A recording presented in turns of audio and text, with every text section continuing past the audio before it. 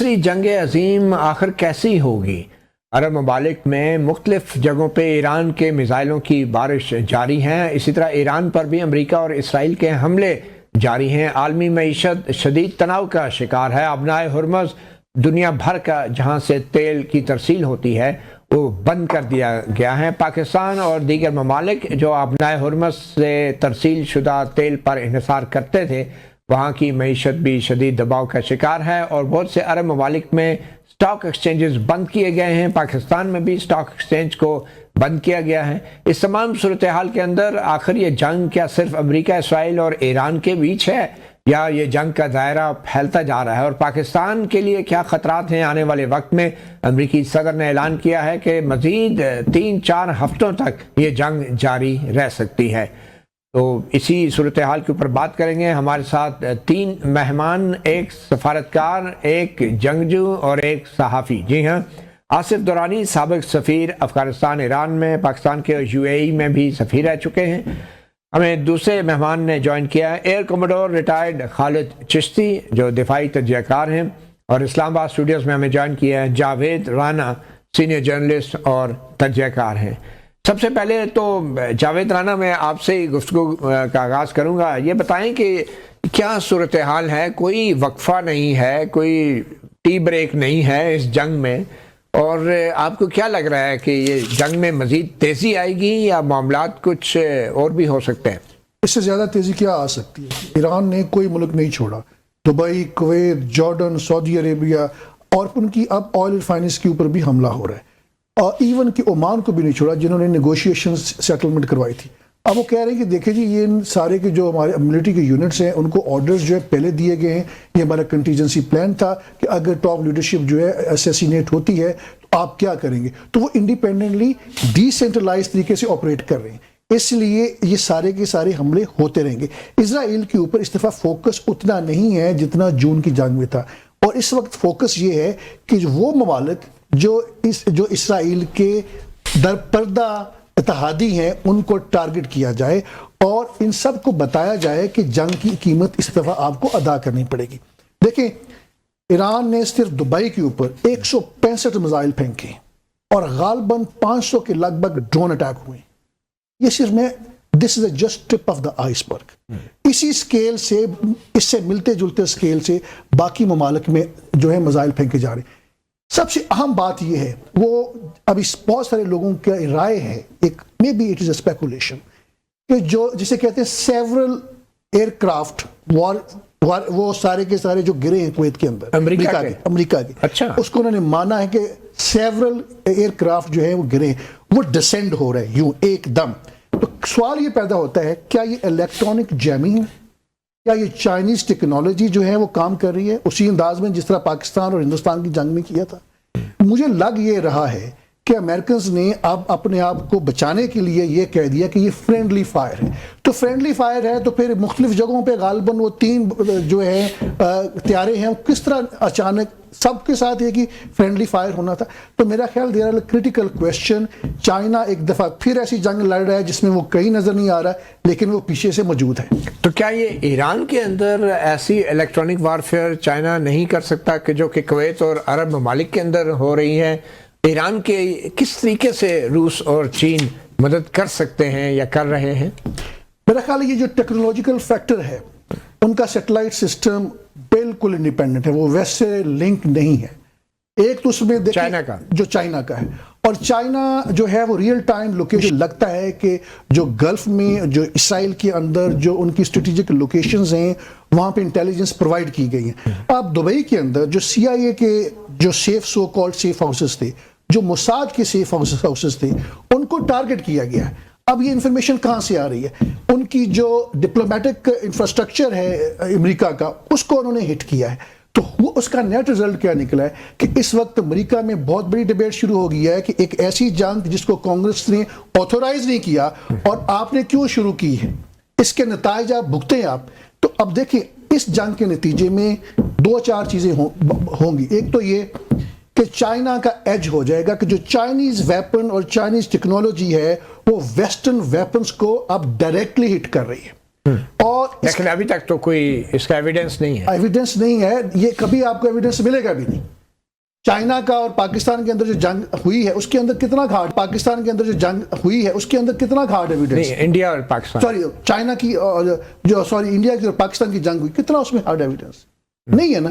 تو میرا خیال یہ ہے کہ یہ دس از اے میسجنگ, اس کے نتیجے میں جو امریکہ کا جو تھوڑا بہت سٹیٹس رہ گیا تھا وہ بھی جاتا رہے گا. چلیں ایئر کموڈور صاحب, آپ کو کیا لگتا ہے کیا واقعی چائنیز ٹیکنالوجی جو ہے اس وقت امریکی جہازوں پر اثر انداز ہو رہی ہے, اور جس طرح کی خبریں ہیں فرینڈلی فائر کا دعویٰ کیا جا رہا ہے, یہ کس حد تک درست ہے آپ کے خیال میں امریکی جہازوں کو گرانے کے حوالے سے؟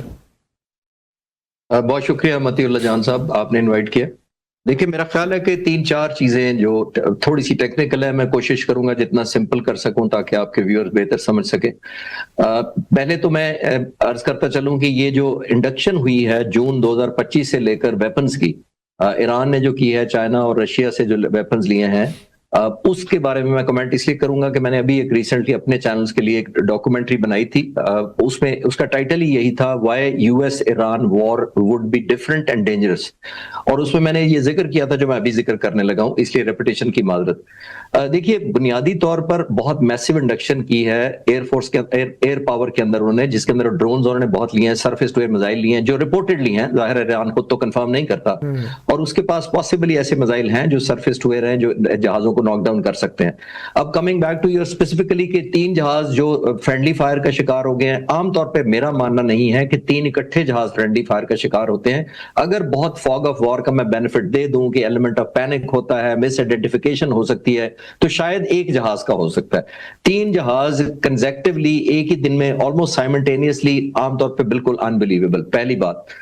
دوسری بات یہ ہے کہ اگر فرینڈلی فائر کا ہوتا تو کون سے جہاز سے انہوں نے مس انڈرسٹینڈ کیا ہے. ایران کے پاس تو ایئر فورس نہ ہونے کے برابر ہے, ان کے پاس MiG 29 آبسلیٹ ہے, مشکل سے اڑتے ہیں, ان کے پاس F4 ہیں جو آرام سے انٹرسپٹ ہو سکتے تھے, مینٹین کرنا ان کو بڑا مشکل ہے. تو ایران کی ایئر فورس تو نہ ہونے کے برابر ہے, تو کویت کیسے پہنچ گئی؟ نہیں, میزائلوں کے ساتھ کنفیوز کیا گیا, یہ بظاہر ایرانی میزائلوں کے ساتھ کنفیوز کیا گیا امریکی جہازوں کو.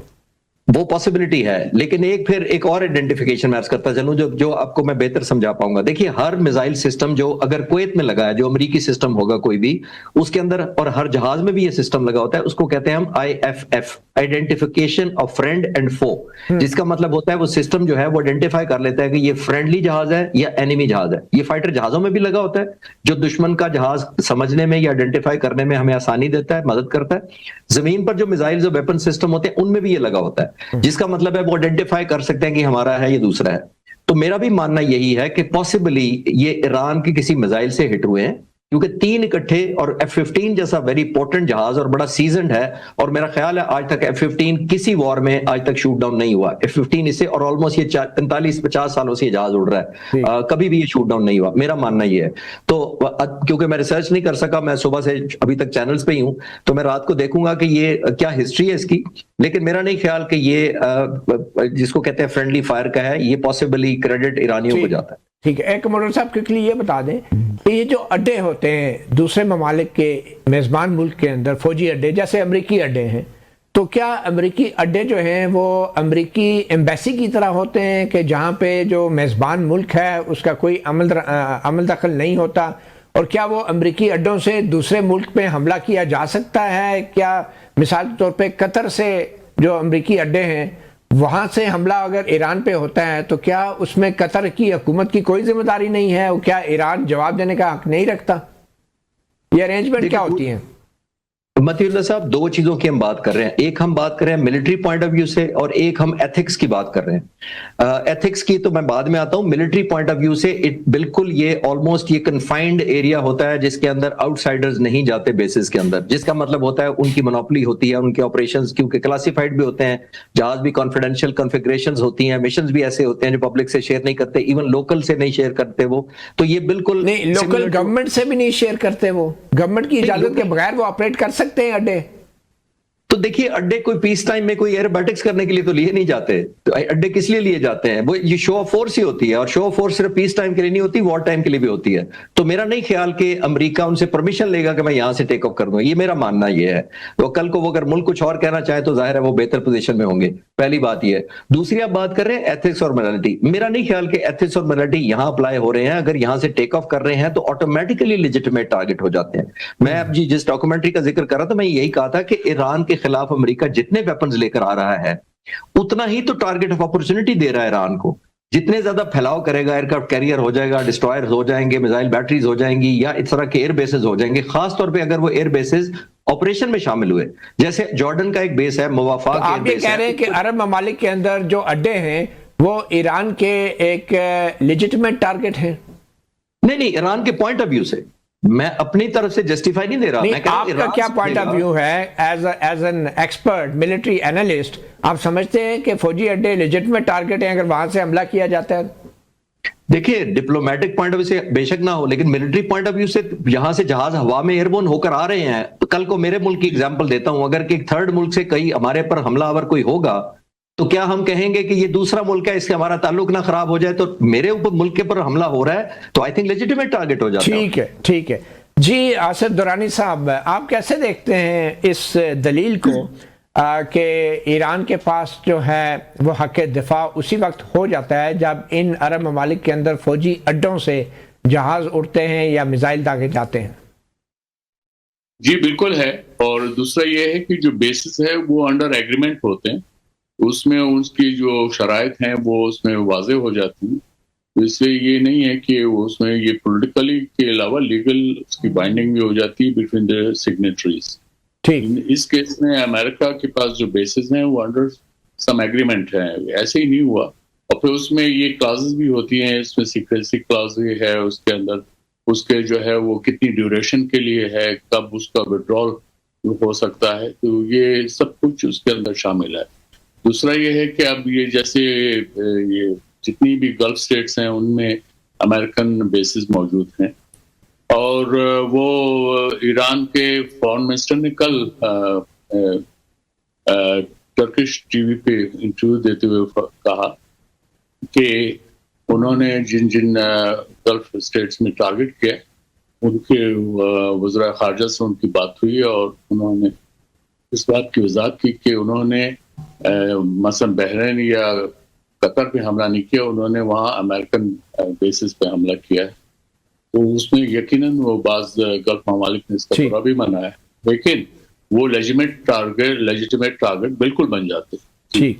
اچھا، عام طور پہ عام حالات میں اگر ایران جیسا پڑوسی مسلم برادر ملک، اس کے روحانی پیشوا اگر وہ اس دنیا میں نہ رہتے یا جنگ کے علاوہ کسی اور وجہ سے وہ اس دنیا سے روانہ ہو جاتے، تو کیا پاکستان میں کوئی سوگ منانے کا بھی سفارتی روایت موجود ہے